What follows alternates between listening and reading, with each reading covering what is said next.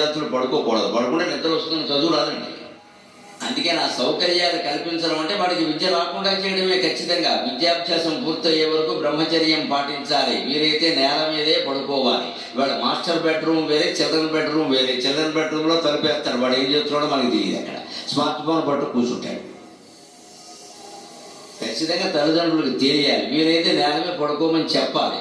కష్టాలు పడకూడదని, పిల్లలు కష్టాలు పడకూడదని కోరుకోవచ్చండి, కష్టపడకూడదని కోరుకోకూడదండి. అందువల్ల యువతరం చెడిపోతున్నారండి. తల్లిదండ్రులలోనే ఉంది దోషం. మా పిల్లలు కష్టపడద్దండి, మా పిల్లలు కష్టపడి, ఇంత భ్రష్టమైన తల్లి భ్రష్టమైన తండ్రి ఎవరికి ఉండముందురుగాక.